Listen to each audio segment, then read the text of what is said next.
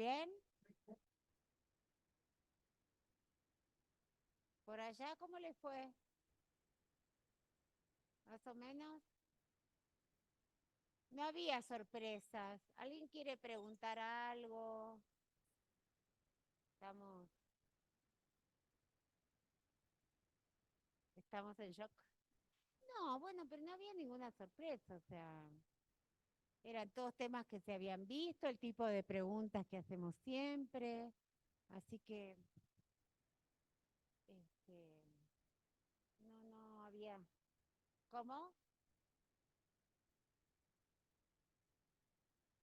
A las dos lo único que le faltaba era la época. Pero tenían apuntes sobre todo es la monarquía absoluta, ¿no? Y la alianza con los comerciantes contra los señores feudales. Era eso, no tenía otra cosa. La creación de un ejército, el aumento de los, ¿no? Un dispositivo de monarquía absoluta, pero otra cosa de un Estado más centralizado.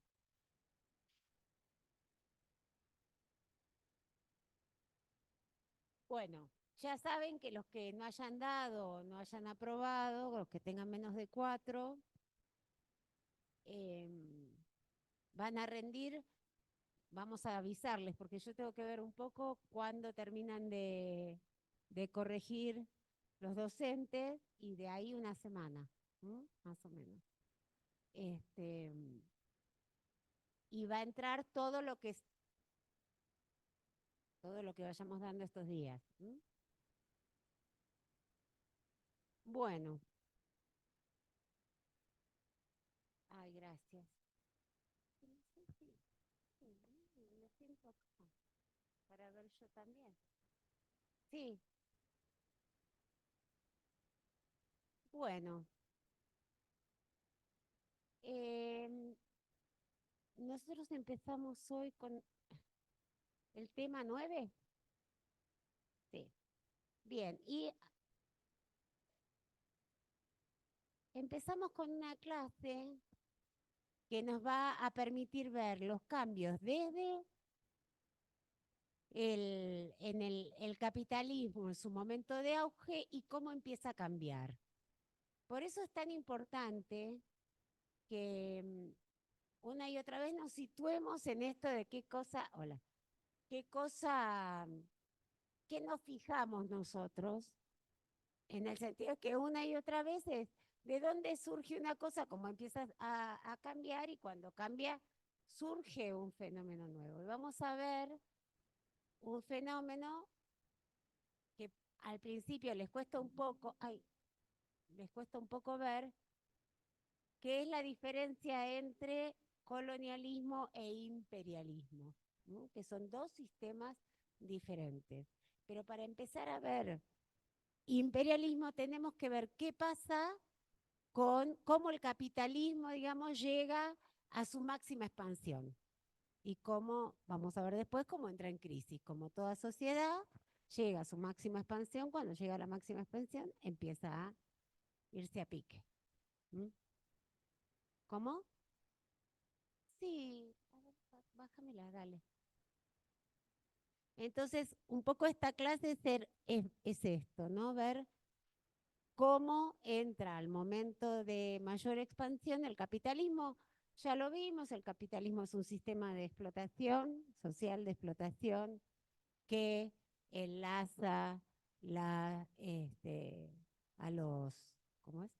Al proletariado con los propietarios de las empresas, con las burguesías, eh, y tiene un correlato de una gran expansión territorial también, sobre la base de las expansiones anteriores.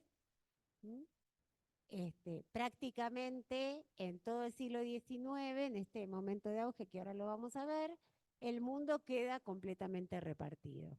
¿M? Lo que no se había repartido en los procesos de colonización o de conquista van a terminar. ¿Se acuerdan que nosotros habíamos dicho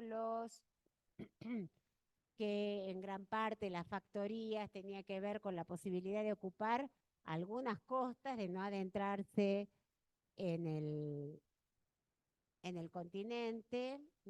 Entonces, justamente lo que va a ser propio del siglo XIX, a partir de también de una cantidad de desarrollos tecnológicos que antes no existían, sobre todo el ferrocarril y los barcos a vapor, va a tener más sentido además ocupar porque el volumen de producción que va a salir por estos puertos va a ser mucho mayor, ¿no? Porque al entrar el transporte permite sacar mayor cantidad y distintas, sobre todo cuando nosotros hablamos de materia prima, que muchas veces en la etapa de conquista, más que materias primas, lo que se exportaba eran alimentos.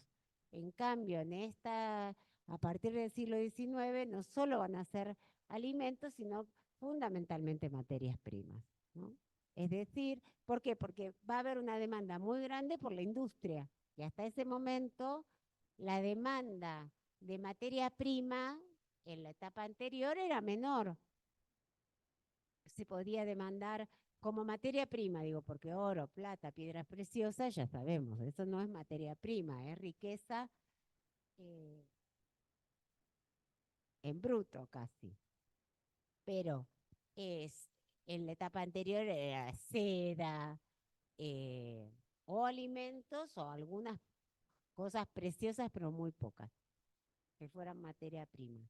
En cambio, en esta etapa, con la industria masiva, va a haber masivamente exportación de materias primas. Bien. No le saquen fotos porque se los subimos, ¿sí? Y a nadie se le ocurre estudiar de acá, ¿no? Esta es una apoyatura para las lecturas, ¿sí? Nadie se le ocurre, pues no van a entender nada.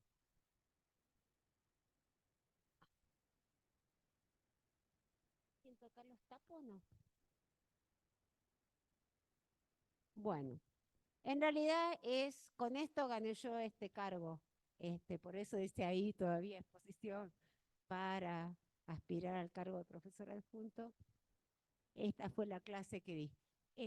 Tengo yo acá. En cualquier momento interrumpen, ¿no? Levantan la mano e interrumpen. Bueno,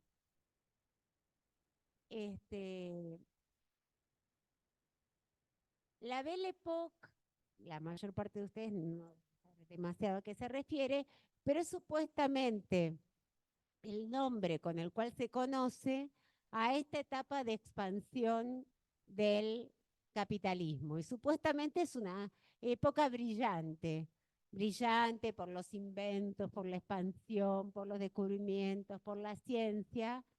Y entonces yo ponía este subtítulo tan brillante que encandila, como ya introduciendo una mirada crítica, tanto brillo, y esconde la tierrita abajo de la eh, alfombra. Y está esta frase de un tema de Atahualpa Yupanqui, en Nosotros Nuestros Muertos, para que nadie quede atrás, porque el profesor que antes estaba en esta cátedra, falleció muy joven, a los 60 años y de manera intempestiva. Y entonces yo me estaba haciendo cargo de una cátedra que muchos años había estado otro compañero, pero además en ese momento el que era vicedecano de la facultad y que había sido un docente extraordinario, muy importante para todos nosotros, que a ustedes ya no lo conocieron, pero peleó muchísimo por los derechos de los estudiantes y su nombre está en la residencia estudiantil, porque él peleó para esa residencia, las pasantías, etcétera, que era José María Gali, acababa de morir. Entonces, yo estaba muy conmovida. A la semana murió mi marido también, así que de hacerme cargo de la cátedra. Así que era como una cosa de muerte que rondaba por ahí, por eso la frase de Atahualpa.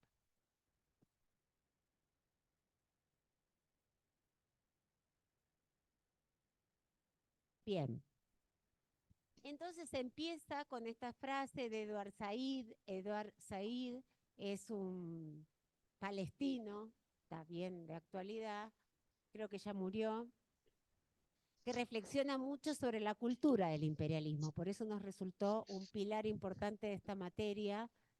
eh, y lo que nos pone sobre aviso de que el imperialismo no es solo un régimen o no es simplemente una metrópoli expandiéndose sobre otros territorios, sino que él dice es una esfera general cultural. Es decir, el imperialismo va a crear un mundo. Dice, ni el imperialismo ni el colonialismo son simples actuaciones de acumulación y adquisición. O sea, no es solo la acción de la conquista, ambos se encuentran soportados y a veces apoyados por impresionantes formaciones ideológicas, por construcciones culturales, que incluyen la convicción de que ciertos territorios y pueblos necesitan y ruegan ser dominados. Que determinados pueblos entienden que precisan de esa dominación para civilizarse.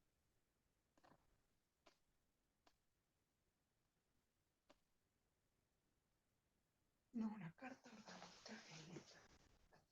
Bueno.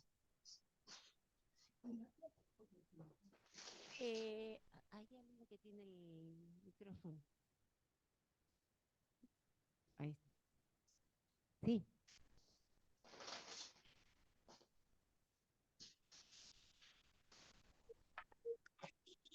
Hay un micrófono abierto. Claro, la idea es que hay pueblos que no son civilizados, que son atrasados, ya lo dijimos, son casi como animales, y entonces se precisa de la acción civilizadora. Esto, por favor, no es que nosotros decimos que se precisa, sino que por supuesto lo dicen los imperios, pero también muchos sectores internos a estos países que dicen que tienen que, para civilizarse, tienen que estar dominados por una eh, potencia. ¿Mm?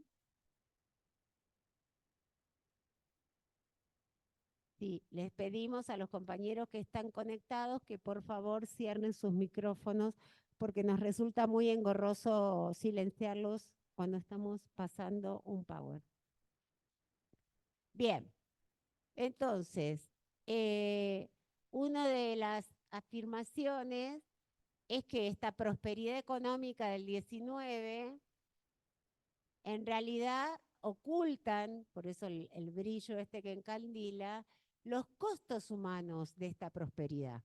Es decir, que para que Europa tuviera una prosperidad descollante en esa época, eh, prácticamente gran parte de la población mundial pasó a tener, digamos, un sometimiento muy vecino en muchos casos a la esclavitud, una esclavitud moderna. Ustedes van a ver, si no empezaron a ver ya, un texto que tenemos de Wolf que se llama Los Nuevos Trabajadores, en el cual van a ver las condiciones de sometimiento de la fuerza de trabajo a partir de esta expansión. Entonces,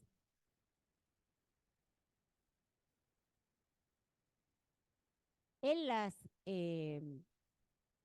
no solo entonces estos costos humanos, sí, en los países sobre los cuales se expandió, sino también que hubo en Europa mismo también un costo humano importante en relación a las crisis, a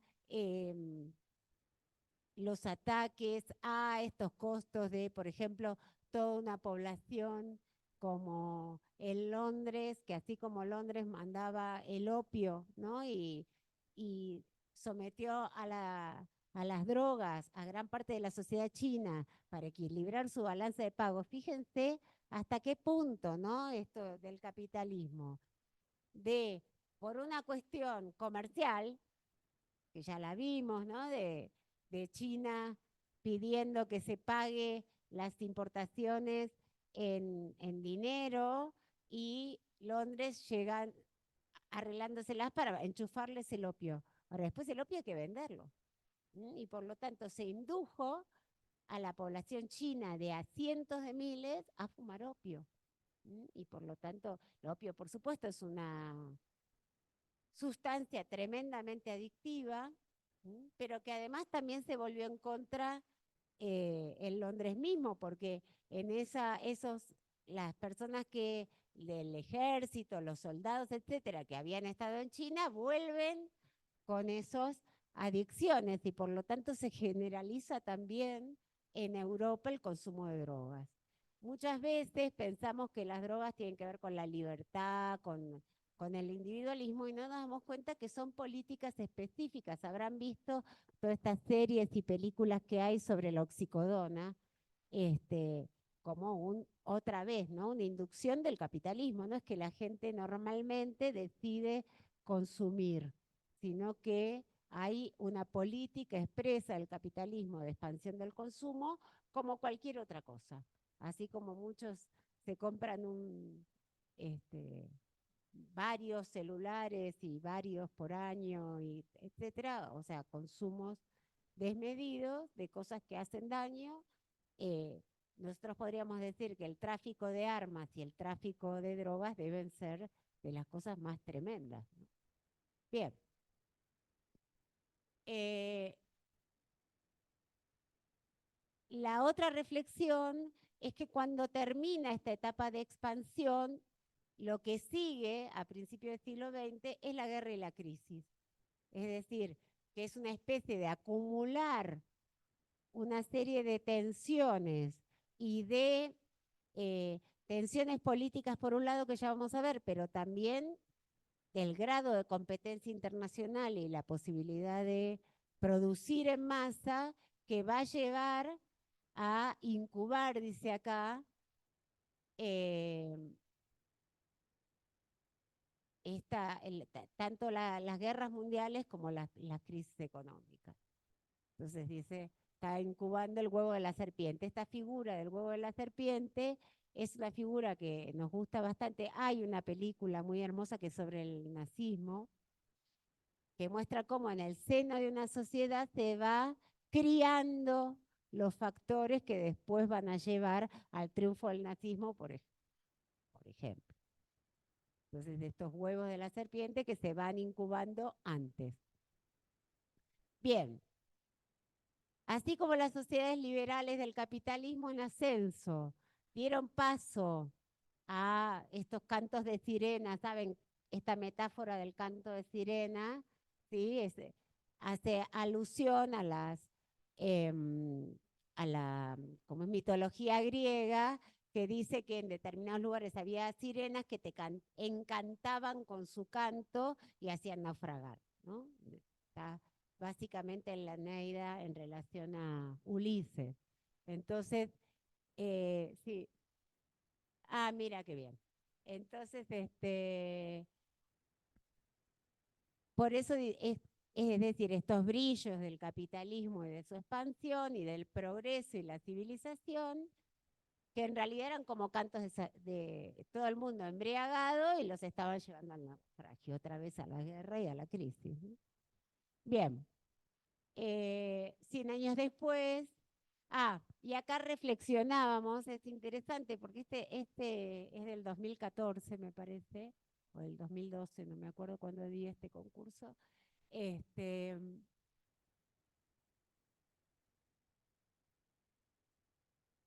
y esta vuelta al liberalismo, que ahora tiene otra vuelta más, era impensable. O sea, tanto, ya vamos a ver cómo en el siglo XX, tanto la guerra mundial como las crisis económicas sepultaron al liberalismo como ideología. Nunca se pensó que iba a volver como ideología, porque había quedado demostradísimo que llevaba a la guerra y a la destrucción. Bien.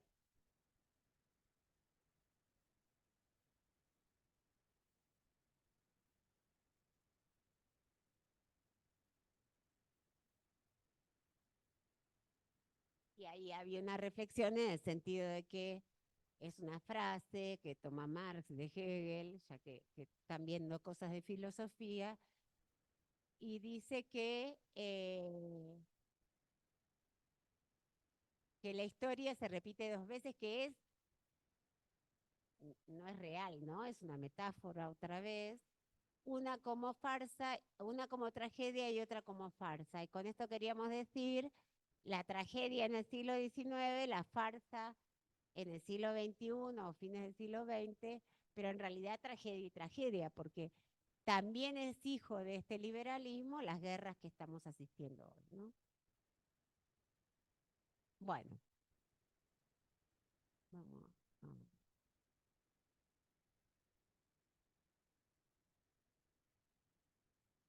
Bueno, capitalismo.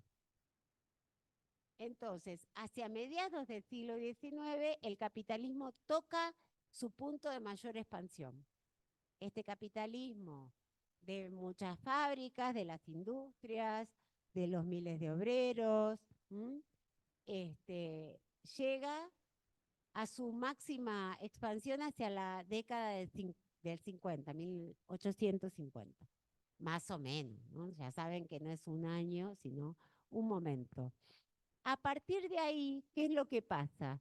Esta revolución industrial que primero había estado en Inglaterra y después se va expandiendo por el mundo, ha generado industria en muchas áreas, sobre todo Europa Occidental y Estados Unidos.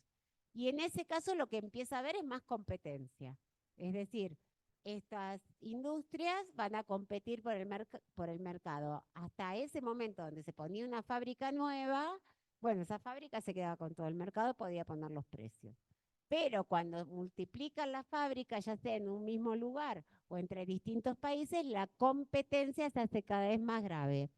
¿Cómo es la forma normal de la competencia capitalista? Digo normal porque después va a cambiar, pero la forma normal de la competencia capitalista es que si hay más oferta, compiten entre sí bajando los precios. Digo, esto es importante porque supuestamente nosotros tenemos muy asociadas las crisis a la inflación, pero las causas de la inflación no son la crisis. O sea, la crisis no genera inflación, sino que genera deflación. ¿Qué es lo que pasa hoy en la Argentina? ¿Sí? Es decir, hay no una gran caída de precios, pero una cierta caída de los precios, pero sobre todo porque hay una caída de la actividad económica, ¿no? Bien, entonces esa agudización de competencia lo que hace es bajar los precios hasta el punto de que no se puede seguir produciendo y los más débiles quiebran. Bien, el otro elemento es que Gran Bretaña, que la vimos adueñarse de todos los mares y todos los pasos y el comercio mundial, va a empezar a declinar después de la segunda mitad del siglo XIX y van a aparecer otras potencias como Estados Unidos, Francia, Alemania y Japón, que tienen además la ventaja de que no tenían una industria instalada. ¿Por qué? Porque las burguesías, una vez que instalan la industria, tienen todo invertido ahí. Entonces, la tecnología queda estancada, porque si vos compraste toda la maquinaria, la hiciste producir, están produciendo con eso, en una etapa de innovación productiva, los que tienen más ventajas son los que todavía no pusieron, porque van a poder instalar sus industrias con mayor, una tecnología más novedosa. En cambio, los que pusieron antes y tienen una tecnología más vieja, hasta que no la amortizaron, es decir, hasta que no pagaron esas inversiones, no pueden cambiar. Y por lo tanto, estas nuevas potencias, todas usan una tecnología nueva. En ese sentido, tenemos que hablar del paso entre la primera revolución industrial y la segunda revolución industrial, que implican cambios importantes. Yo creo que después aparecen, si no, yo se los digo. Bien, el otro tema es las dos primeras crisis mundiales del capitalismo. la de 1873 y 1890. Es decir, que este periodo de auge va a derivar en dos crisis, las primeras crisis mundiales. Recuerden que hasta este momento el mundo no estaba completamente interconectado, que empieza a conectarse, pero en el desarrollo del capitalismo una de las cosas que va a empezar a ver son crisis mundiales. Esas crisis mundiales son propias del capitalismo y las vemos hasta el día de hoy. Es decir, sigue habiendo crisis mundiales del capital. Ya vamos a verlo. Al mismo tiempo, y esto ya lo vimos, la organización y la acción política de la clase obrera, con este techo en la organización de la clase obrera, que es la Comuna de París, el primer gobierno obrero, que dura 2 meses, en 1871, y que es solo en una comuna, en París, pero que muestra por primera vez en la historia que los obreros se pueden gobernar por sí mismos y pueden gobernar el resto de las clases sociales. Esta organización y acción política va a hacer que tengan cada vez más poder los obreros y que puedan lograr una serie de conquistas, tanto salariales, las que conocemos, ¿no? Reducción de la jornada de trabajo, mejora de las condiciones laborales, aumento de salario. Esto hace que las burguesías estén como en una especie de pinza, porque por un lado hay más competencia, por lo tanto tienen que bajar los precios y por el otro lado tienen que subir los salarios en Europa. Por lo tanto, sus ganancias tienden a descender. Y esto está vinculado a la crisis. Bueno, y por el otro lado, la competencia, que siempre en todas las expansiones había, pero acá va a tener una escala internacional. Aparece entonces a mediados del siglo XIX esta idea de que el capitalismo puede ser destruido. Aparece por primera vez. Que ya lo vimos en el manifiesto comunista, que no casualmente es del 48, o sea, cercano a estas fechas, 1848, esta idea de que el capitalismo puede desaparecer como sociedad.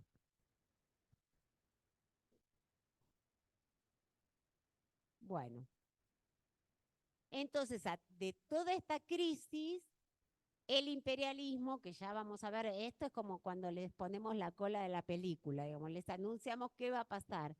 La salida va a aparecer en función de un cambio de sistema de explotación que es el imperialismo, pero por ahora lo vamos a dejar. Y tiene, por un lado, un desarrollo tecnológico y económico enorme que vamos a conocer como Segunda Revolución Industrial y proceso de monopolización. El imperialismo entonces se plantea a sí mismo como un factor de paz, cosa que no va a pasar ni un segundo, y además que el capitalismo podía desarrollarse sin conflictos, cosa que vuelve a aparecer otra vez en los 90 con esta idea de fin de la historia. Bueno, ustedes son muy jóvenes, pero volvió a aparecer la unificación del capitalismo en un mercado común como otra vez una época de paz y sin conflicto. Piensen en la década del 90, piensen cómo estamos ahora. Bueno, enseguida en los 90, a principios de los 90 ya eso cae porque ya ahí aparece la guerra de Irak, básicamente. Bien, el otro rasgo principal es que el reparto del mundo se lleva a cabo. Ya no solo como colonias, es decir, hay una gran expansión, sino que países que habían hecho sus guerras de independencia, como toda América, van a verse relazados en relaciones de dependencia, ya como países formalmente independientes, pero con grados de dependencia al capital muy grandes. En el caso de África, la ocupación directa, ¿no? O sea, ya no solo de factorías, sino que en el caso de África directamente se la reparten como una torta, como un bife, ¿no? Es una cosa... Exacto. y son cada uno, tienen trajes como que simbolizan, ¿no?, a cada uno de los países y se la están repartiendo. En una conferencia, que es la conferencia de Berlín, que les propongo que le den un poquito de atención en los apuntes, en la cual, por ejemplo, se decide el reparto de África y no había ningún delegado africano, obviamente. Bien. La lógica de la expansión imperialista. Por un lado, es interesante ver lo que dice la época, la población en la época, ¿no? Cecil Rhodes, que es uno de los militares y funcionarios, en realidad, de la corona británica, dice, justifica la expansión imperialista porque dice, si queréis evitar la guerra civil, tenéis que convertirnos en imperialistas. ¿Qué quiere decir? Si no se quiere que los obreros tomen las calles en Inglaterra, hay que expandirse. ¿Por qué? Porque esta expansión, y lo vamos a ver, permitía bajar los costos y por lo tanto subir los salarios, ¿sí? Los costos de la industria, y además de bajar los costos, expandirse, aumentar la escala. Y ustedes saben que cuanto más aumento, como la maquinaria es la misma, cuanto más aumento la escala, más barato me sale por unidad. ¿Se entiende esto que estamos diciendo? Bien. Bueno. Y además de esto, que es muy descarnado, después esto queda, ya nadie lo dice, bueno, lo hacemos porque si necesitamos sobrevivir, y aparece la obligación. Chamberlain, que era el primer ministro, dice, sentimos ahora que nuestro dominio sobre estos territorios puede ser justificado solo si logramos la felicidad. ¿Se acuerdan del concepto de felicidad que estuvimos hablando? Felicidad como progreso y prosperidad para el pueblo. Y sostengo que nuestro gobierno trae y ha traído seguridad, paz y relativa prosperidad a países que nunca conocieron estos beneficios. Este argumento del imperialismo está vigente hoy. Cuando Estados Unidos dice que interviene, o Europa, militarmente en Medio Oriente, es para asegurar la paz, ¿no? O contra el narcotráfico, ya lo vamos a ver después cuáles son.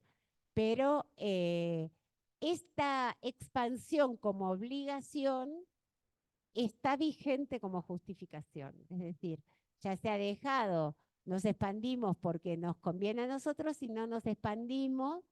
Estaba viendo, ya les conté que estaba viendo una serie, una miniserie sobre la Segunda Guerra Mundial, y aparece eso todo el tiempo, ¿no? La necesidad de Estados Unidos de intervenir para preservar la democracia y la libertad en el mundo, ¿no?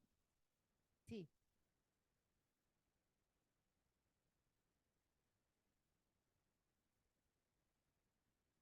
Mucho antes. Acá pregunta la compañera si el reparto de África se da antes de la Segunda Guerra. Mucho antes.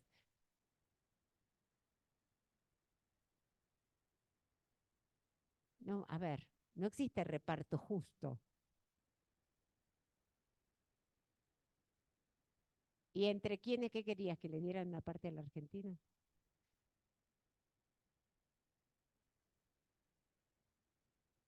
A ver, acá dice la compañera, efectivamente, que por detrás de las justificaciones de la Segunda Guerra está esta idea de reparto injusto, ¿sí? De que algunos se apropiaron demasiado y otros se apropiaron menos, pero el propio argumento es de los pelos, porque no hay reparto justo. O sea, repartirse una población para ser sometida, o sea, y además, es como si a vos te dijeran, bueno, nosotros repartimos una torta acá, y a uno le tocó más y al otro le tocó menos, seguramente, o unos pensarán, no, a mí me toca más porque soy más grande o porque trabajé más o por lo que sea, y a los compañeros le toca menos porque se lo merecen. Lo que le toca menos reclaman. En realidad ese argumento es un argumento en todos los casos falso, No hay reparto de un territorio que sea justo. Pero efectivamente, atrás de la Segunda Guerra, siempre hay un argumento de algo que justifique. Las guerras es tan insoportable, la idea de la guerra, que para todos, para cualquier humano, que siempre tiene que haber una justificación. Ya vimos las justificaciones de la conquista, esta de la obligación a civilizar sería una nueva justificación de la conquista, pero cuando luchan las potencias entre sí, otra vez tiene que aparecer esto de que es una guerra justa. ¿Mm? Fíjense cómo es hoy en la Franja de Gaza, ¿no? La justificación de Israel que supuestamente se está defendiendo, ¿no? Y para defenderse tiene que aniquilar el 100% de la población. Una cosa loquísima, ¿no? Delirio. Bien, siempre aparece entonces una justificación. Bueno, fíjense entonces cómo esto para mostrar el papel de la ciencia, que debería ser objetivo, etcétera, pero que nunca lo es, y dice entonces que no es justo que los civilizados se amontonen y se asfixien en las ciudades, en sus territorios que son restringidos, y que y que no compartan, digamos, sus triunfos, la ciencia, las artes, la civilización, eh, con los otros pueblos. Mientras que en Europa cae la tasa de interés y que el mundo esté en manos de hombres ignorantes, impotentes, verdaderos niños. Fíjense, además, esta idea de la población, está hablando de los americanos, de los africanos, de los asiáticos. Recuerden además ustedes el grado de civilización que ya hablamos, tanto de América, de Asia, ¿no? Bueno, para esta gente es ignorantes, impotentes, niños, débiles, esparcidos por inconmensurables superficies o poblaciones decrépitas, sin energía, sin dirección, auténticos vejestorios. En el caso serían los chinos, ¿no? Como sociedades muy antiguas que no tienen ya acción. Es interesante este argumento de las poblaciones nuevas, de las poblaciones infantiles y las poblaciones decrépitas, ¿no? Porque nosotros recordamos que la humanidad tiene el mismo origen y todos estos pueblos todos tienen la misma antigüedad, digamos. Por lo tanto, esta cosa de países nuevos o países viejos, que en ambos casos se usa para justificar el sometimiento, cuando uno mira, ¿no? Los documentos de esta época aparecen, ¿no? Como argumento, tanto lo viejo como en los mismos pueblos, ¿no? Son pueblos nuevos y entonces son como niños o son decrépitos y entonces son como viejos.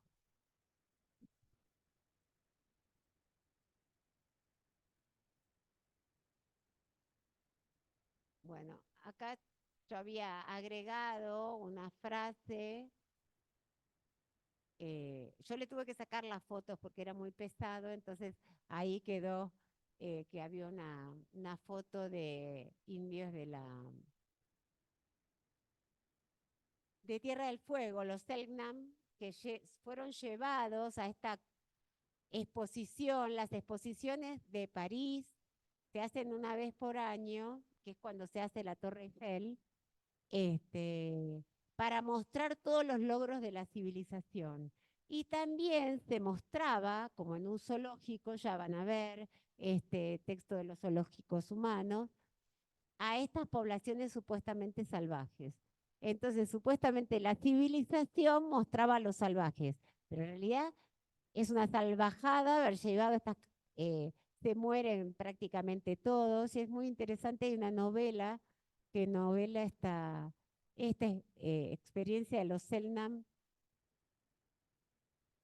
no me acuerdo ahora cómo se llama, pero que es interesante porque es un hecho histórico que uno de ellos se escapa, se hace obrero, se hace anarquista y va a pelear por va a estar en una expedición al Polo Norte, o sea, una vida interesante, pero porque logra escaparse. Los que se quedaron en la exposición de París se mueren.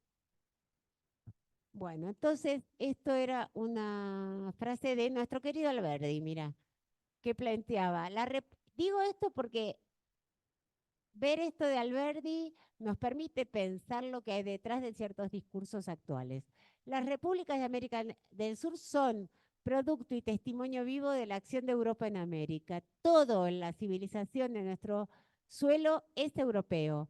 Hoy mismo, bajo la independencia, el indígena no figura ni compone mundo en nuestra sociedad política y civil. Nosotros, los que nos llamamos americanos, no somos otra cosa que europeos nacidos en América. Todo es de fuera. El idioma inglés como idioma de la libertad, la industria del orden, debe ser aún más obligatorio que el latín. ¿Mm? Entonces, pensemos, cuando se está levantando a estas figuras, ¿qué se está diciendo? ¿No? Un país que pierda sus características nacionales. ¿Sí? Sí, y además los fundamentales aportes, la humanidad, ya lo sabemos, no sería la humanidad si no hubiera sido por todas estas poblaciones, una y otra vez. Bien, bueno, acá había otro de Bartolomé Mitre que dice que, fíjense, esta es también linda, nos falta, porque otra vez es exactamente lo mismo, como se dice, no sé si escucharon el discurso de Milei en España, una de las cosas que dice es que el liberalismo es la cúpula del conocimiento y de la sociedad. Fíjense esto, no falta quienes hagan votos por la destrucción del Imperio Británico frente a un alzamiento en la India. Este es un voto bárbaro, como si en nuestra guerra contra los Pampa hubiera alguno que deseara el triunfo de Calfucurá sobre los defensores de la civilización y el cristianismo. Cualquiera haya sido la injusticia y aún los actos de verdadera crueldad que la Inglaterra ha cometido en la India, no puede desconocerse que, vuelta al dominio de los reyes bárbaros y sanguinarios que la oprimían, la civilización retrogradaría inmensamente. Es el mismo discurso. Es decir, que frente a la barbarie es necesaria la guerra y la opresión. La mismo que el discurso hoy de Milei sobre Medio Oriente.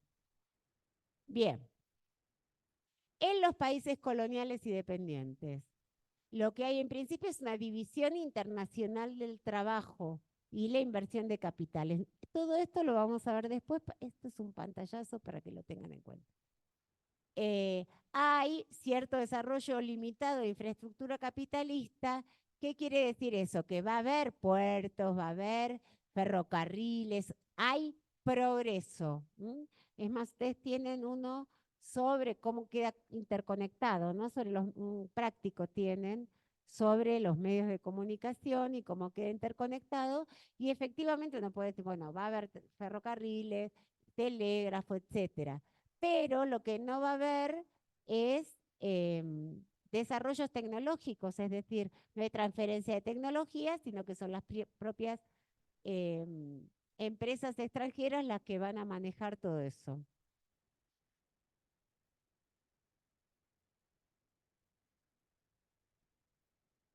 Ellos no comparten nada. Acá dice la compañera que hay una contradicción porque ellos dicen que para que haya civilización, cultura, arte, tienen que estar los extranjeros para compartir con la población. Y sin embargo, esa población de los lugares conquistados nunca accede a esos bienes culturales, digamos, sino que quedan en manos de las empresas extranjeras. Bueno, hay matanzas, traslado de población, ¿no? Que ya lo van a ver con los nuevos trabajadores. Y después está esto de la entrada a conflictos bélicos. Ahora lo vamos a ver porque hay otra plaquita sobre eso. Es decir, que las grandes capitales van a empezar a hacer guerras en lugares dominados para repartirse el mundo. Es decir, que las guerras se van a desplazar a los sectores periféricos, que va a empezar a haber guerras absurdas, como la guerra del Paraguay en la Argentina, la guerra entre Paraguay y Bolivia, no tienen ningún problema, digamos, pelean por las áreas petroleras porque están representando a distintas potencias. Con lo que implican las guerras. O sea, nosotros estamos muy acostumbrados a ver guerras por la tele, pero la guerra no es eso, ¿no? No es la tele ni los videojuegos, sí. Es la destrucción de miles y miles de millones de vidas, de familias. Es un horror. Bien. Entonces, por un lado, hay este capital en las zonas coloniales, se fortalecen a los sectores dominantes que tenían estas características de explotación, etcétera. No es que eran los gobernantes anteriores a las conquistas, no es que eran ninguna maravilla, sino que ya eran sectores muy opresores, pero en vez de que eso se acabe, se fortalecen. Hay un crecimiento enorme de intermediarios, que es lo que nosotros conocemos como corrupción, los negociados. Saqueo de riqueza humana, cultural, natural y productiva. Es una etapa otra vez de rapiña que ya vemos una y otra vez. Entonces, sustitución de las propias culturas por eurocentrismo y la internalización de la ideología racista. Es decir, que el racismo se vuelve, o sea, que la cultura de los pueblos dominados también va a ser racista. Y eso es una cosa que conocemos hasta el día de hoy también, como en general hay en todas nuestras poblaciones una impronta racista importante.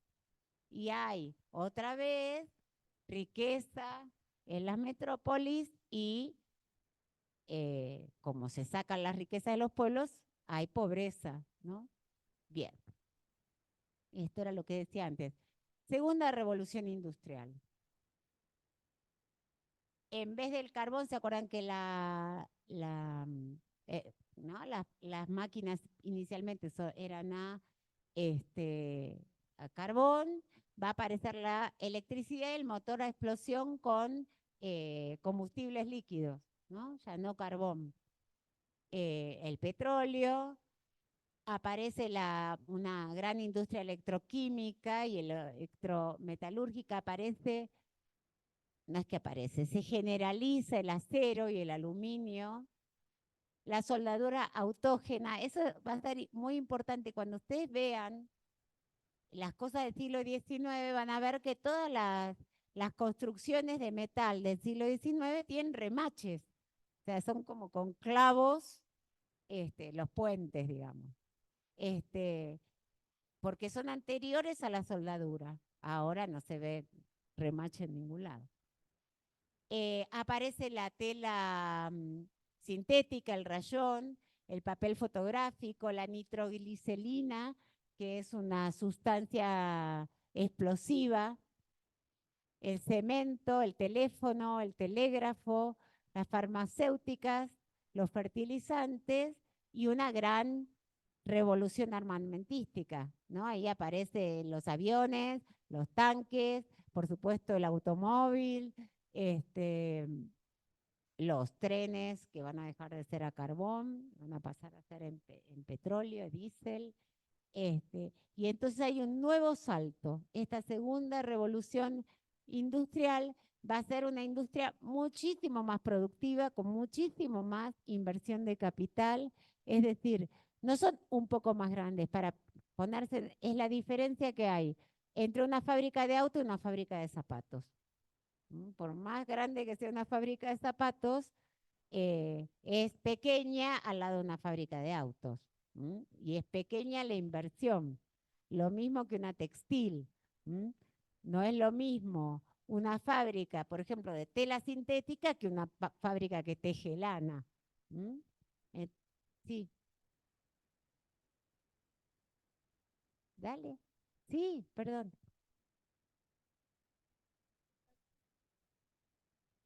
La soldadura autógena. No, el principio físico no, pero digamos, todo lo que nosotros conocemos está soldado. Mira, esto acá está soldado. Esto es un remache, ¿sí? Pero esto está así porque la fijación de la cerradura a la madera es una cosa posterior al mueble, digamos. Pero si vos vas a hacer una cosa permanente, eso va soldado.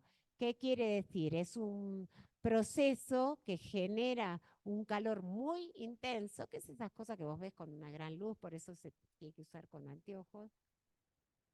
Con electrodos, sí, eso, con electrodos. Es decir, con algo que se derrite y fija, ¿m?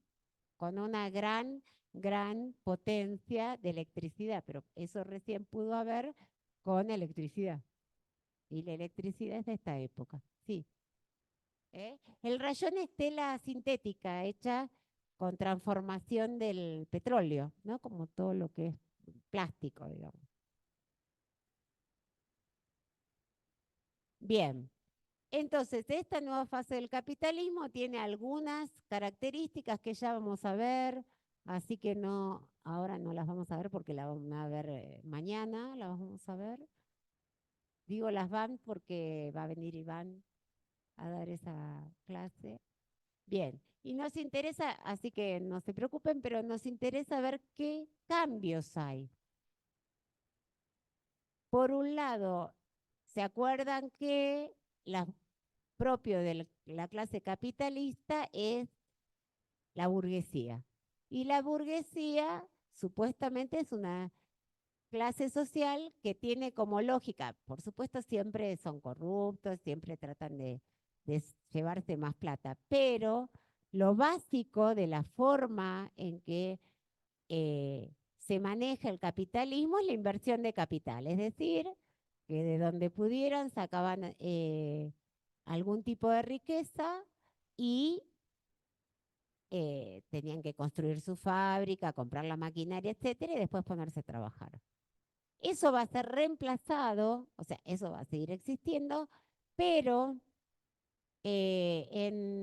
hacia fines del siglo lo que va a crecer de manera descomunal es lo que se llama oligarquía financiera, es decir, los sectores que viven de los bonos. Hoy sigue siendo el sector que más riqueza se lleva. Es decir, cuando ustedes ven, subió la bolsa, bajó la bolsa, esto que se llama bolsas, ¿sí? Que es donde se negocian los principales capitales, tiene que ver con un sistema que es altamente irracional. ¿Qué quiere decir? En las bolsas que hoy hay en todas las grandes capitales, lo que se negocia son papelitos, digamos, que dicen que el que tiene ese papelito tiene derecho a apropiarse de una parte de la ganancia de la empresa. ¿Sí? O sea, tendría como una parte, una acción es una parte de una empresa y sobre todo una parte de la ganancia de esa empresa, supuestamente. Con eso, en la etapa moderna, supuestamente se financian las industrias. Es decir, que nosotros sabemos, una industria tiene que hacer una gran inversión de capital y después produce. Entonces, ¿cómo haces para tener dinero para hacer las inversiones? Supuestamente mandas a la bolsa. Las acciones. ¿Cuál es el problema? Que la bolsa actúa como un mercado y los mercados no se regulan por la realidad porque es un mercado a futuro. O sea, yo compro una acción ahora para que cuando rinda ganancia me lleve. ¿Mm? Entonces, sobre ganancias futuras. Compañera, deje su teléfono, por favor. Este, No, los plazos fijos en realidad se radican en bonos de las bolsas. O sea, vos pones un plazo fijo en un banco, pero eso no se lo queda el banco. El banco actúa como un agente de bolsa, digamos, te va poniendo esa inversión en distintos fondos de acciones. ¿Sí? Entonces, ¿cuál es el problema? Porque em, como es a ganancia futura, es una especie de juego, de ruleta. Esas acciones pueden subir o pueden bajar. ¿Cómo suben o bajan? Por oferta y demanda, no por la riqueza generada por esa empresa. Esto es importante que lo entiendan para entender por qué, digamos, el sistema de la bolsa se va separando de la producción. Por supuesto que habría una relación teórica entre si va a ser una empresa que va a tener ganancia, entonces sus acciones deberían apreciarse, deberían subir. Como toda oferta y toda demanda, si hay mucha demanda y poca oferta, los precios tienden a subir. No necesariamente porque va a ganar más esta empresa.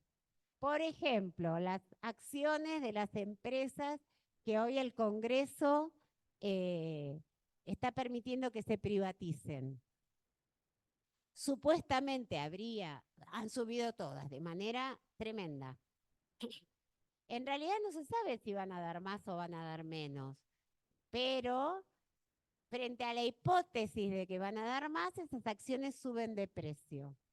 Y en realidad es un negociado, porque yo compro hoy una acción que en 1 o 2 días sube un 10% y sin hacer nada, yo puse una cantidad de plata y me llevo masas enormes de riqueza. Piensen que las inversiones no son el plazo fijo que yo puedo hacer, que bueno, cobré el aguinaldo, puse 100.000 pesos, digamos, sino que son millones y millones de dólares. Bien, mañana lo vendo y yo hice una diferencia enorme. ¿De dónde sale? Eso no es ganancia, se llama ganancia, pero no lo es, porque nosotros recordemos que la ganancia es trabajo no remunerado, ¿sí? En una empresa, punto.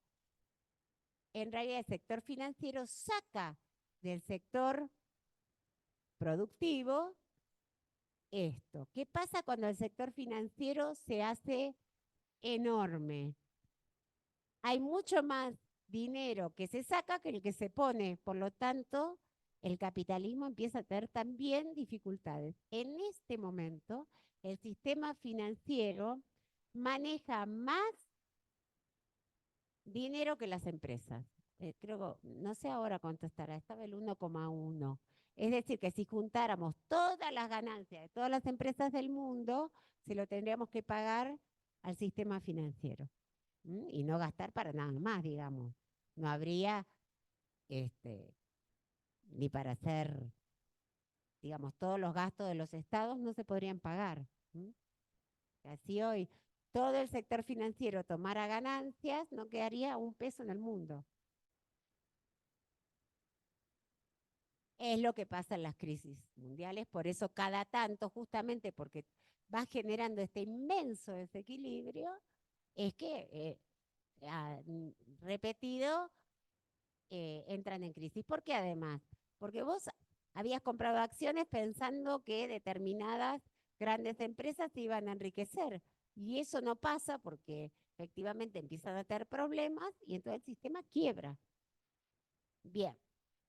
Entonces, esta formación de oligarquía, es decir, que los sectores más ricos, no solo de los países coloniales, sino también en la propia Europa, son estos sectores que se llaman rentistas, es decir, que en vez de vivir de la producción y de la inversión, viven de bonos, de hacer esta especulación en las bolsas. Y eso introduce aún dentro del capitalismo principios de una enorme inestabilidad económica de ahí en adelante.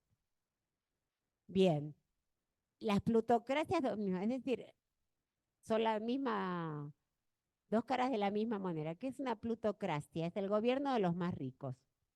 Entonces, efectivamente, también en las potencias los gobiernos, no porque van a gobernar directamente, muchas veces gobiernan a través de otros políticos, pero estos estados van a ser gobernados a favor de, ¿no? Hacer política para los más ricos. Bien. Fortunas familiares, patrones culturales y valores de los sectores más ricos. Y por otro lado parece, bueno, esto habría que explicarlo en otro momento, pero efectivamente hay una enorme represión a través de reglas morales, muchas de las cuales siguen ahora. Pero digamos, es interesante como muchas cosas que aparecen como si siempre hubiera habido, bueno, son bastante recientes, de fines del 19, y en realidad hoy ya también cayeron en desuso. Por ejemplo, cuando yo era adolescente, todas nosotros decíamos que íbamos a llegar vírgenes al matrimonio, era un valor. Es la virginidad, no se ría, la virginidad del matrimonio es un principio del siglo XIX, antes no existía. Pero todo el mundo lo pensaba, ¿no? Si vieran lo que pasó después, pero bueno. Por eso además el vestuario que empieza a aparecer la moda justamente en esta época, la moda de esta época es una moda tremendamente represiva para las mujeres, ¿no? Es esa moda del corsé y que había que, ¿no?, tirar hasta que se desmayaban porque asfixiadas. Bueno, es una moda tremendamente restrictiva. O sea, olvídate de sacarte todo eso. Olvídate de hacer un rapidito, digamos. Porque efectivamente tiene que ver, ustedes se ríen, pero tiene que ver con eso.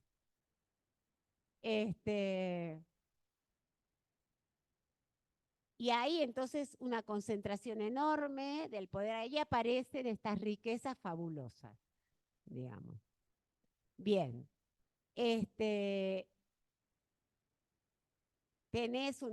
la colonización permite sacarte de encima un poco de la tensión política porque mandás a gente que entiende que tiene que ser recompensada a las colonias.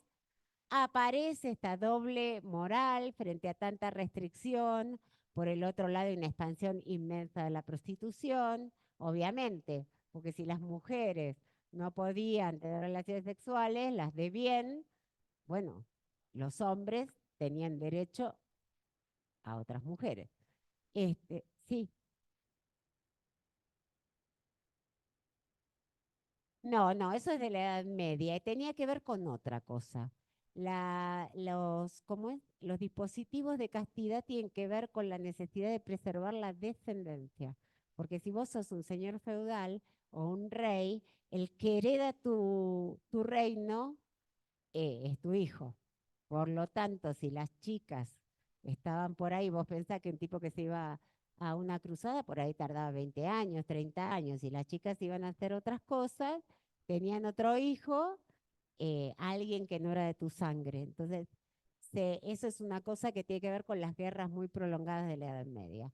Pero estas son otras formas, porque efectivamente vuelve la necesidad, ya no del reino, pero la herencia, ¿no? Los que heredan son los hijos, por lo tanto hay que preservar la castidad de la mujer. Para no dividir la herencia, sería. Por supuesto que los hijos ilegítimos no tienen derecho sucesorio, es una cosa también muy reciente.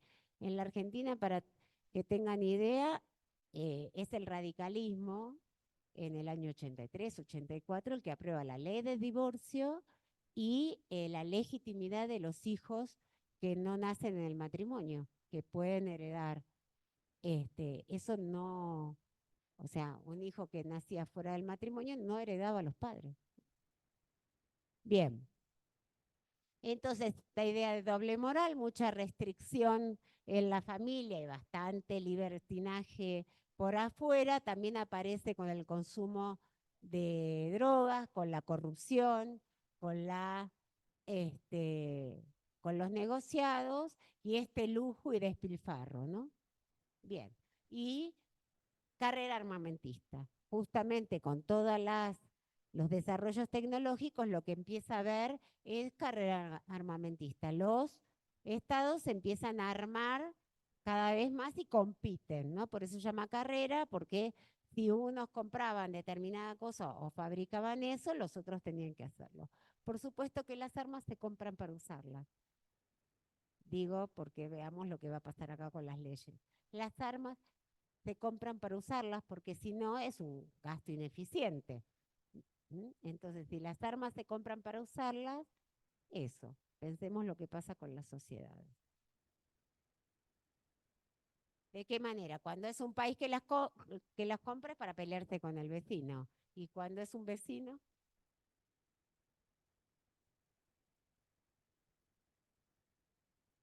sí. O sea, cuando son los estados para meterse en las guerras. Nadie compra armamento para no intervenir en guerras.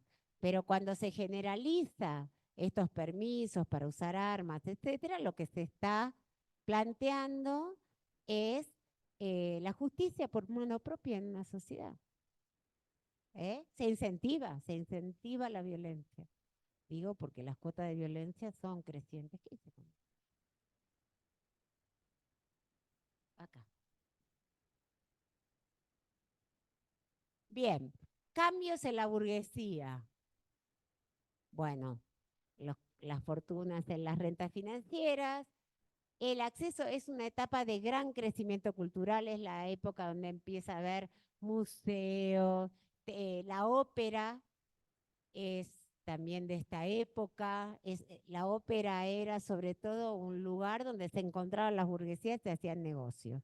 Además, escuchaban cantar a alguien, pero básicamente tiene que ver con el acceso de la burguesía. El desarrollo del ocio, empieza el turismo en esta época, justamente porque hay más comunicaciones, se inventa el turismo, los hoteles más lujosos, las playas de turismo. La vida familiar se repliega y aparece esta casa rodeada con los jardines para la burguesía, ¿no? Y el disciplinamiento de las prácticas públicas. Los indeseables, los que eran distintos, eran recluidos en instituciones médicas, psiquiátricas y, por ejemplo, el castigo a la homosexualidad, que hasta el día de hoy en muchos países es castigada. En el caso, por ejemplo, de Inglaterra, piensen que hasta fines de 1960 era un delito penado con cárcel, por ejemplo. Bien. Entonces cambia este paradigma, digamos, de la burguesía como industriosa y se convierte en ociosa. Pierde el liderazgo político y, o sea, la burguesía hasta ese momento, ¿se acuerdan? Una burguesía revolucionaria que planteaba los derechos, se vuelve conservadora. También la burguesía frente a la nobleza supuestamente era una clase austera que ponía toda la riqueza en las inversiones productivas. Se vuelve, toma esos parámetros de la nobleza de ostentación, ¿no?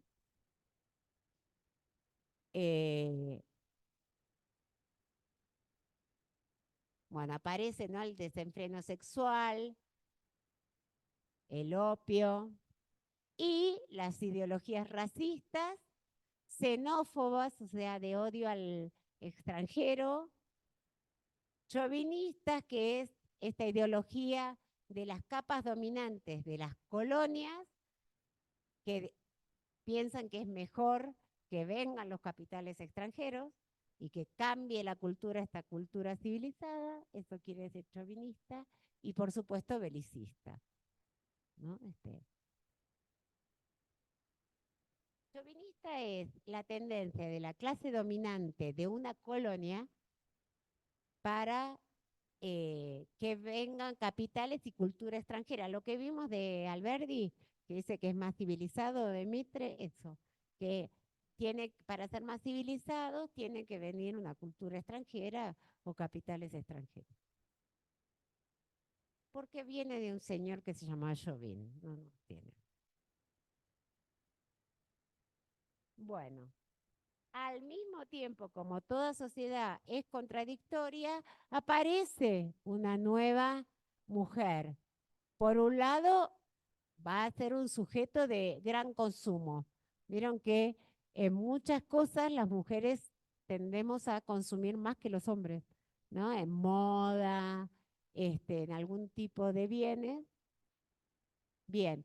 Por el otro lado, logran derechos y cierta autonomía en el control de la natalidad. Es el momento en que se empiezan a producir preservativos, todavía no de látex, obviamente que no existe, se hacían eh, con tripas, ¿sí? Entonces, pero hay esta idea de aumento del control de la natalidad. Empieza a haber participación de la vida pública, no todavía como gobierno, ¿no? No pueden elegir ni ser elegidas, pero se les permite consumir moda, y cultura en general, cosa que las mujeres hasta ese momento no. Aparece esta silueta, ¿no? De clepsidra con la clepsidra, ¿sabes lo que es? El reloj de arena, ¿no? Entonces, claro, la cosa de las curvas con el corsé. ¿Mm? Tiene mayor movilidad, ya no están todo el tiempo encerradas en la casa, pueden participar de los deportes, de la vida cultural, de las tertulias, digamos, las reuniones en las casas. Empieza a tener acceso a la educación, incluso a la universidad, y actividades intelectuales, escritoras, científicas, filántropas. Bien, aparece, entonces se adaptan a las reglas del mercado, y ahí aparece una cosa interesante con el manejo de la natalidad, que es que aparece esta forma de interrumpir la relación sexual con el mito de que con eso se prevenía la concepción. Pero eso es una cosa tremendamente traumática. Ustedes se imaginen, bueno, estar en pleno acto sexual e interrumpirlo, ¿no? Entonces ahí aparece, y es interesante porque aparece una patología mental que después desapareció, que era propia de esta época y que se llama histeria de conversión. Y que en general las mujeres eh, en general hacían manifestaciones en función de algún trauma psíquico, muchas veces o con desmayos o con parálisis de algunos de sus miembros y estaba vinculado con la represión sexual. Eso está súper estudiado, el que lo estudia es Freud, que empieza trabajando sobre eso. Hoy prácticamente no hay histeria de conversión. Bueno, hay una separación de la esfera productiva y política y hay una pugna por derechos, ¿no? Aparece la etiqueta, ¿no? Estas reglas estrictas, la etiqueta como que son las reglas estrictas de cómo se pone una mesa. Nosotros no tenemos ni idea, pero vieron con qué se come, que este cubierto es para pescado, que si de afuera para adentro, ves acá la compañera, si sabe, cómo se saluda, a quién saludas con la mano, a quién saludas. Bueno, todas esas reglas de etiqueta ¿eh? Son modas, pero también son reglas. Ah, lo que se llama buenos modales, ¿no? Recuerden que todo esto está vinculado con la civilización, ¿no? Con esta idea de civilizados y no civilizados. ¿Para qué sirve? Para separar a estos sectores civilizados de los sectores brutos, sería. Que no solo son los extranjeros de las colonias, también son los obreros, otras clases sociales que no conocen estas reglas, ¿no?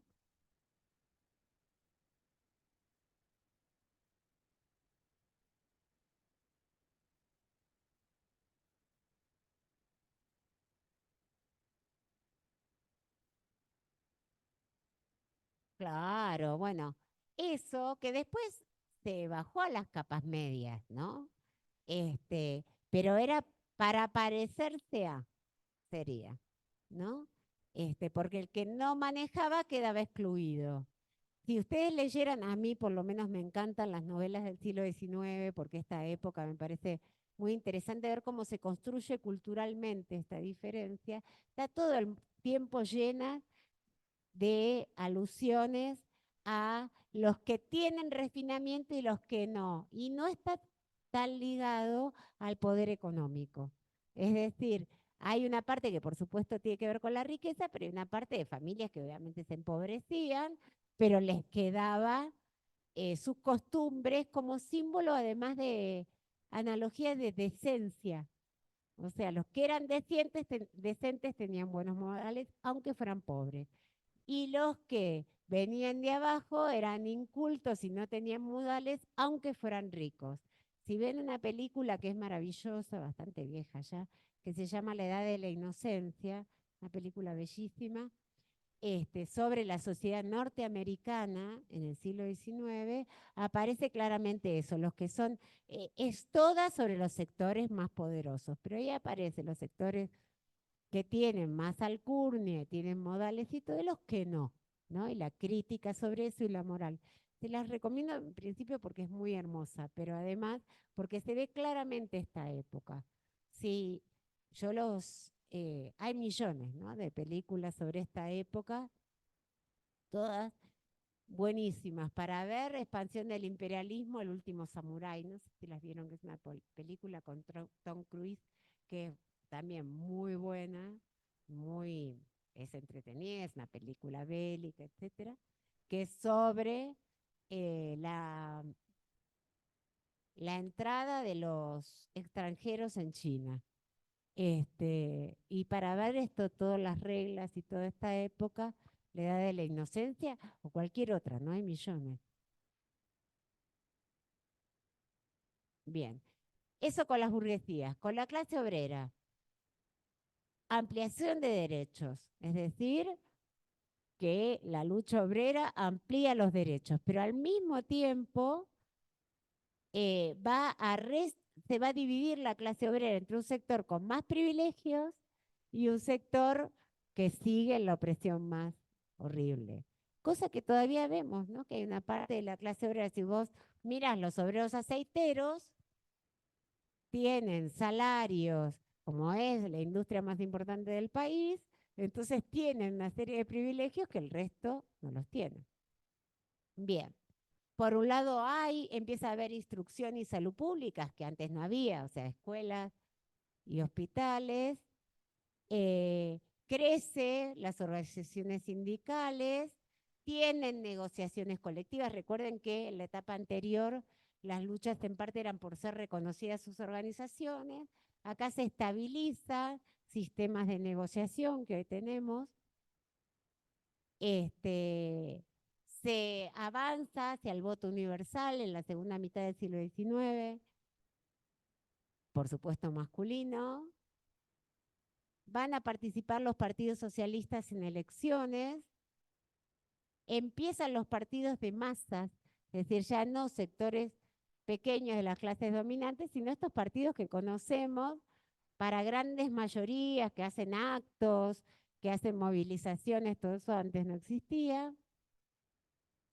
Empieza a consumir cultura, por supuesto no la misma que las burguesías, pero a haber una cultura popular. Perdón, la cultura popular siempre hubo, pero entra en el mercado la cultura popular, se compra y se vende. ¿Sí? ¿Qué sé yo? La cumbia, ¿sí?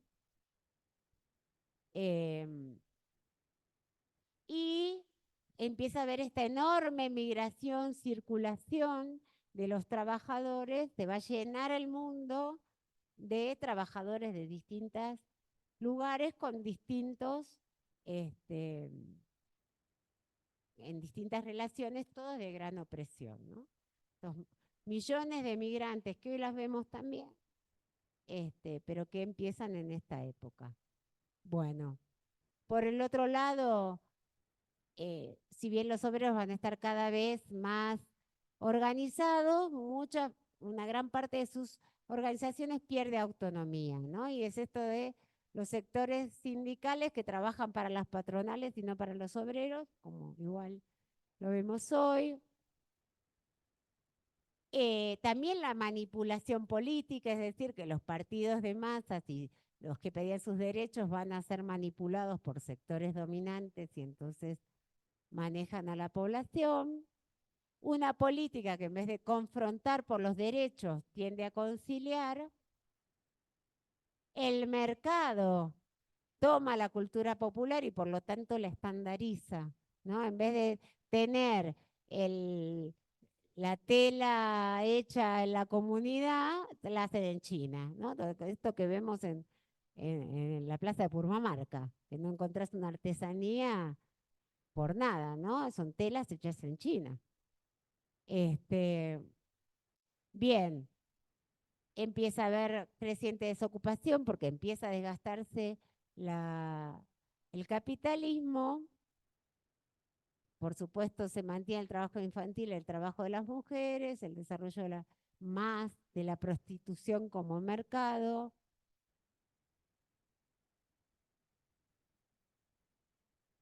Bueno, varias cosas, después lo ven ustedes. Bueno, las ideologías en la clase obrera, racismo, xenofobia, belicismo, en la clase obrera, ya no solo en las burguesías, sino que son las clases obreras las que toman esa ideología de las clases dominantes. Eso va a ser muy impactante, por ejemplo, hacia fin de este siglo, con esta posibilidad de que desaparezca la clase capitalista, una de las estrategias para salvar la sociedad capitalista va a ser la guerra. Porque en la guerra, las clases obreras, por ejemplo, en la Primera Guerra Mundial, los partidos socialistas apoyan a sus burguesías. Y los obreros, por supuesto que los obreros son la masa que van a pelearse, pero van a pelearse por el reparto de África, por el reparto de una zona con carbón y hierro, digamos, cosas que en las cuales no ganaban nada.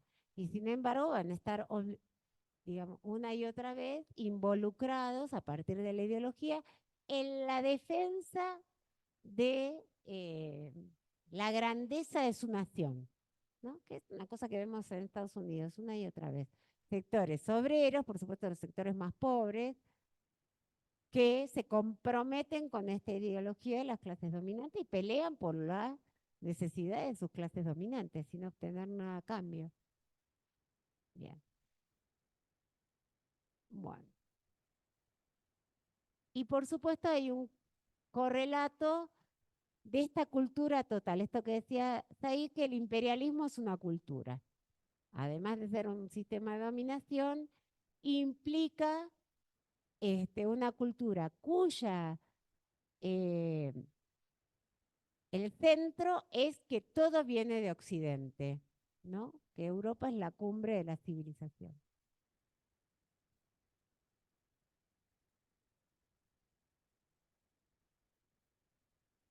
En Europa, entonces, había que tener imperio, ya no por la grandeza o la evangelización, sino porque hay que extraer riqueza. ¿M? Y eso permite que las sociedades que habían adquirido una gran tensión interna, burguesías, proletariado, con distintos signos, pero una situación de guerra interna, descargan esas tensiones en el exterior. Entonces, había que conquistar el mundo porque entonces los obreros y los burgueses iban a estar mejor.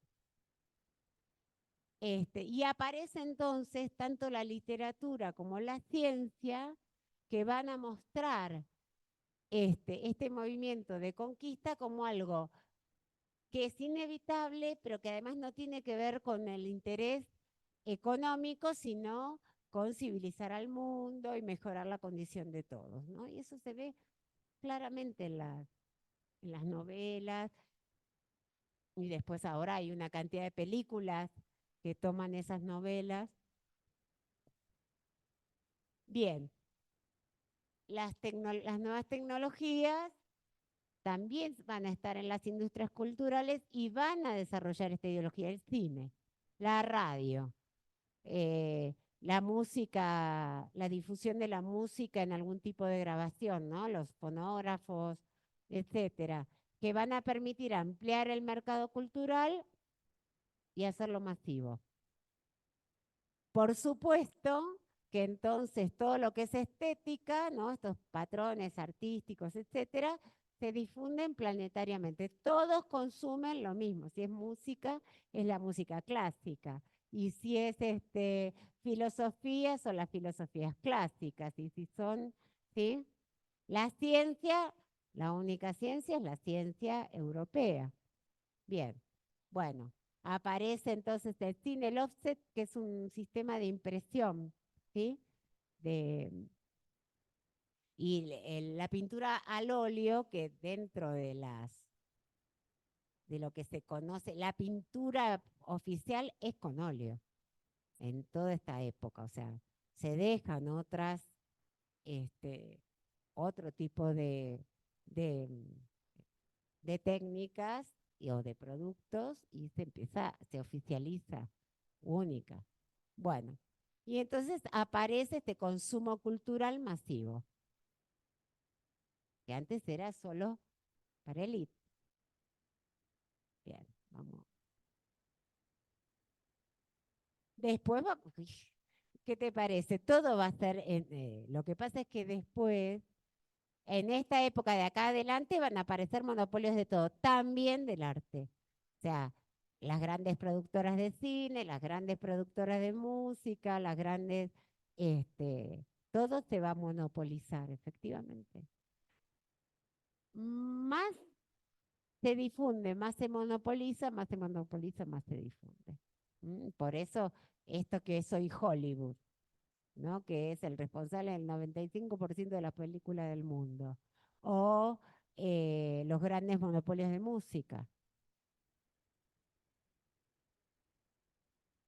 Y es que requiere un poco menos de inversión de capital. Si vos tenés que producir otra vez automóviles, es más caro que producir películas. Por más que pongas millones de dólares, no se compara, ¿no? La inversión de capital, la sofisticación de la tecnología. Pero de todas maneras es enorme. Bueno, estos son patrones culturales, te los voy a dejar para ustedes. Desde el punto de vista de la ciencia, sostiene la política imperial.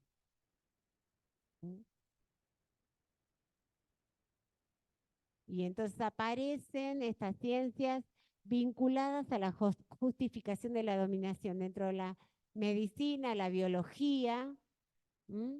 Se justifica las diferencias entre la población de los países dependientes o los coloniales y la europea, ¿no? Aparece, por ejemplo, como técnica, eugenesia es el mejoramiento de la raza, ¿no? Que hay que cruzar las razas para mejorarlas como si fueran vacas, ¿sí?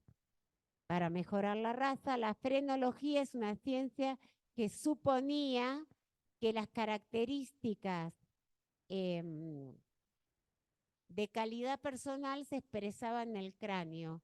Entonces se medía el cráneo para demostrar que la población africana o la americana, etcétera, eran inferiores. Pero también se medían los cráneos porque planteaban que había tendencias genéticas a la delincuencia o a la locura. Y eso se demostraba también con la medición del cráneo y las características de la cara. Y eso, que supuestamente tenía que ver no con una raza, pero se asociaba también a las razas.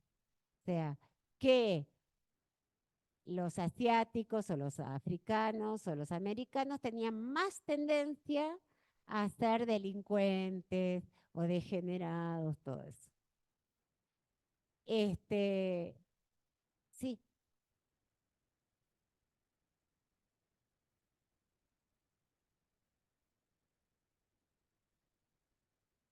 efectivamente es impresionante cómo frente a la crisis de todo este sistema vuelven a aparecer las mismas teorías, es decir, que hay una tendencia genética a la delincuencia, lo cual, claro, que tienen otras características fisonómicas, entonces que eso demostraba que no podían, no eran personas completas y por lo tanto eran más inclinados a la locura, a la delincuencia, pero hoy también. Yo estaba escuchando, me impresionó muchísimo. em, en la tele estaban discutiendo sobre el viaje de Milei a España y entonces hablaba un periodista de acá con un periodista europeo. Y el periodista de acá le decía, miren, qué barbaridad, porque Milei va a una, ¿cómo es? Convención de un sector que, entre otras cosas, es racista, ¿no? Y que busca la expulsión de los extranjeros de Europa, etcétera. Y entonces el periodista español le dice, bueno, pero eso es una realidad, porque este, porque en realidad está demostrado que el 80% de la delincuencia la ejercen los inmigrantes ilegales. Entonces, que supuestamente, digamos, asociando con la fisonomía y con la raza, digamos, era una realidad para este periodista europeo eh, que los extranjeros eran por sí más delincuentes. No que, claro, vos sos inmigrante ilegal, tenés que comer y nadie te contrata, bueno, yo no digo que esté bien o que esté mal, pero digo, efectivamente tendés a insertarte en circuitos ilegales, también ilegales de contratación de fuerza de trabajo, porque todo el mercado negro de fuerza de trabajo obviamente está lleno de pero me hizo gracia porque es esa justificación, ¿no? La justificación científica de la diferencia de clase. Los escritores de la libertad sobre la esclavitud africana. Efectivamente, ¿no? El racismo y la justificación de que hay em, elementos naturales que justifican la diferencia está en el corazón, que es una cosa a todas luces absurda. Primero porque la humanidad hasta toda esta época de expansión nunca hubo. O sea, a nadie se le ocurría que los africanos en la Edad Media, a nadie se le ocurría que un africano era inferior. En todo caso sería pagano, ¿sí? Sería un diferente ideológico, pero a nadie se le ocurría pensar que porque tenía otro color de piel era superior o inferior.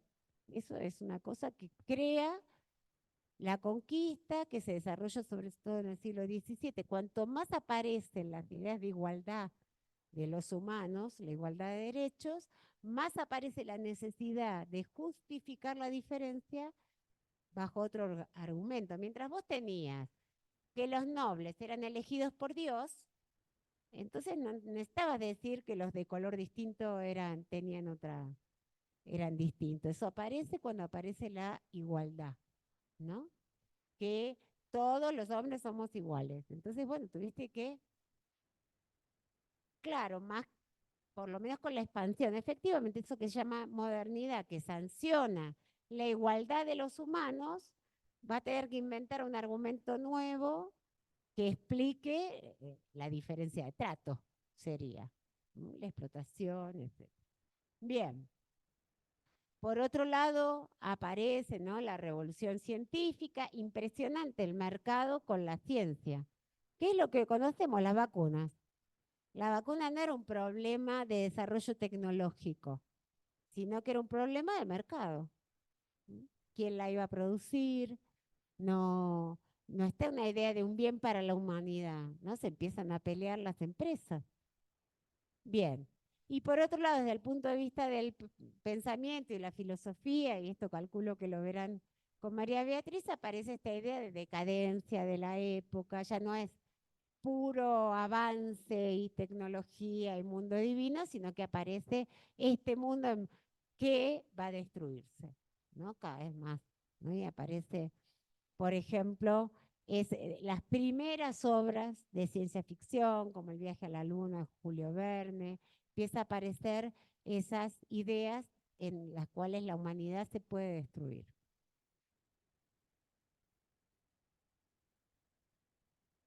Bien, desde el punto de vista de la política, la plutocracia, el gobierno de los más ricos, ya lo dijimos, empieza a haber ampliación de los derechos de la ciudadanía, pero también nuevos mecanismos de sometimiento. Van a votar todos, va a haber voto universal, pero no defienden sus intereses. Empieza a haber esta tendencia nacionalista por encima de el liberalismo que suponía que podía haber, digamos, como ideología, sobre todo Inglaterra, como Inglaterra dominaba el mundo, no estaba decir que Inglaterra era el país más fuerte. Pero como empieza a haber rivalidad entre las distintas potencias, entonces se exacerban las ideas nacionalistas de que las potencias tienen derecho a invadir y tienen derecho a pelearse con otras potencias porque son mejores, ¿no? Y está otra vez el huevo de la serpiente, la incubación de estas ideologías como las de la Segunda Guerra Mundial, o que llevan a la Segunda Guerra Mundial. Bien, aparece entonces la educación pública, que va a ser un instrumento, por supuesto, un derecho de las grandes mayorías y un avance muy importante, pero también es una manipulación ideológica importante, ¿no? Donde te dicen que tenés que pensar. Bien, bueno, aparece la diplomacia, la paz armada, y es interesante esto de que se habla de paz, de paz, de paz, pero todo el tiempo hay un incentivo belicista. Bien. Y empiezan a aparecer el Congreso de Berlín de 1878, que ya lo mencionamos por el reparto de África,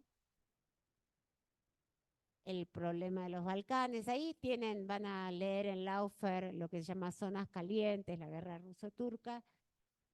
Nosotros hoy tenemos zonas calientes, ya lo van a ver con Laufer, les va a hacer acordar mucho a la situación actual. Por un lado aparece la autonomía y que las naciones tienen, o sea, contra las ideologías colonialistas, la importancia de soberanía nacional y que nadie puede, ninguna nación puede invadir otra nación, ¿no? Que es el principio supuestamente de las Naciones Unidas. Como todos sabemos, este principio que está vigente en la legislación internacional, se lo pasan, ¿eh? Lo cajonean, claro, no, siempre hay una justificación. Todo es una buena excusa para invadir un territorio. Bien, los metrópolis empiezan a pagar la política imperialista, es decir, que los estados imperialistas se hacen cargo de los gastos de los monopolios. ¿Mm? Es decir, van a pagar sus ejércitos, sus armamentos para lograr petróleo para una empresa petrolera. Nosotros estamos muy acostumbrados a que las grandes empresas son del Estado, pero por ejemplo en Estados Unidos, que las principales empresas son privadas, Estados Unidos ocupa parte del Medio Oriente para garantizarle a sus empresas el petróleo. ¿Mm? Entonces los estados nacionales se hacen cargo y también consumen los armamentos de empresas de armamento privada. Bueno, hay una pérdida de autonomía de los partidos populares, contenidos racistas, una y otra vez, ¿no? Y aparece el nacionalismo y el patriotismo de derecha, es decir, ideologías que tienen que ver con la supremacía de ciertas naciones sobre otras. Bueno, decimos que es la metáfora del Titanic porque el Titanic es de esta época, ¿no? Y también se usó mucho como metáfora en el sentido de el lujo, la tecnología, el barco más grande que se había hecho en el mundo y se le cruzó un obstáculo y se hunde, ¿no? Esta idea. Pero además, cómo es una sociedad, y esto pasa ahora, vieron que en el Titanic la orquesta siguió tocando hasta que se hundió.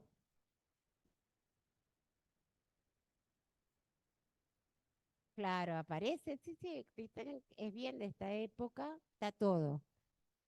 Porque además Cameron, que es el director, que es el mismo de Terminator, de Avatar, uno podría decir, interviene en política, aún en una película de amor. ¿M?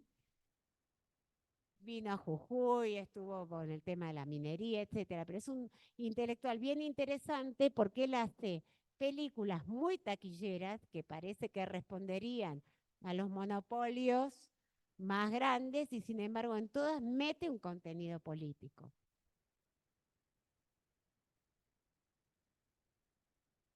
Sí, aparentemente sería como una estrategia en la cual produce para las grandes mayorías y mientras va a tirar, porque Terminator es una película sobre la revolución, por ejemplo, ¿no? Disfrazada en una cosa de ciencia ficción y de las máquinas, pero está planteando cómo hay que resistir a los poderosos, sería. Y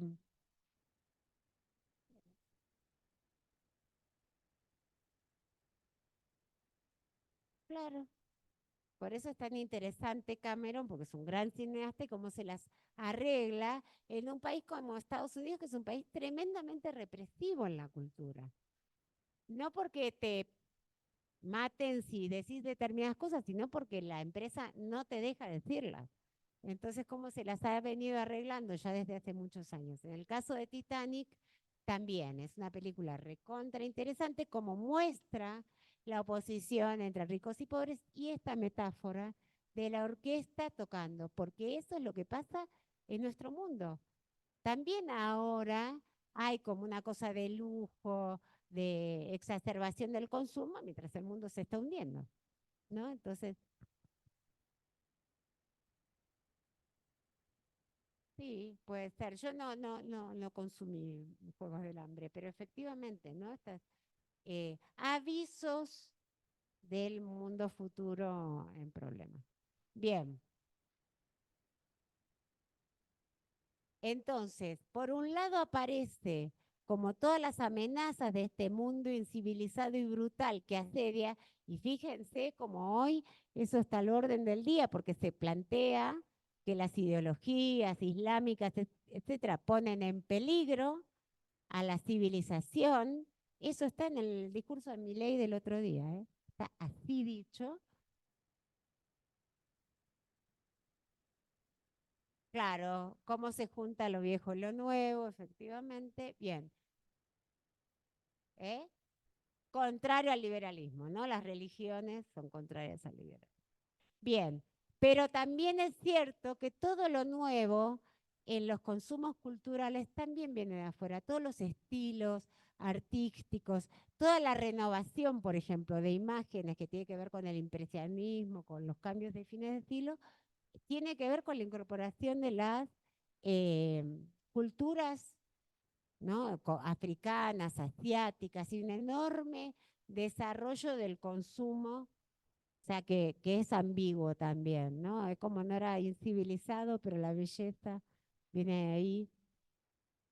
Bien, lo nuevo está en la periferia europea y los países dependientes. Entonces, hay, y esto ya lo van a ver ustedes, oleadas revolucionarias, va a decir Laufer, una serie de pronunciamientos políticos que va a anunciar una época nueva de eh, exigencia de mayor democracia en los países periféricos.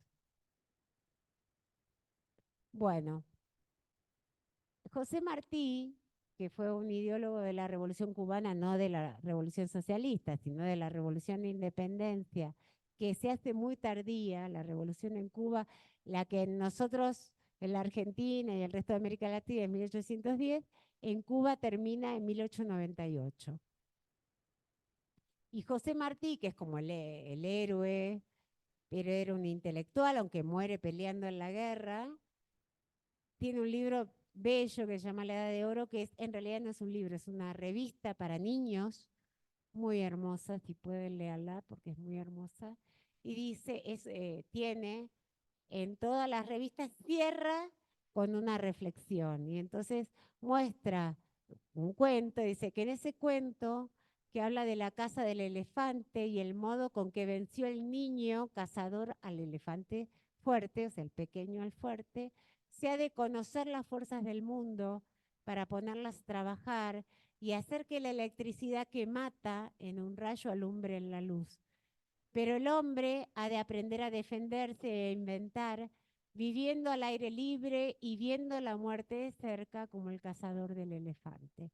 Es decir, que por un lado está pensando en toda esa tecnología que se dice que está maravillosa, pero advierte que si no está bien usada, y si el hombre se separa de la naturaleza, eso no va a ningún lado. Y es bien interesante porque es una advertencia sobre la sociedad actual, hecha 100 y pico de años antes. Bien, con eso terminamos por hoy. Mañana empezamos a ver Laufer y el tema de imperialismo, así que todo el mundo a leer porque es un tema bien complejo.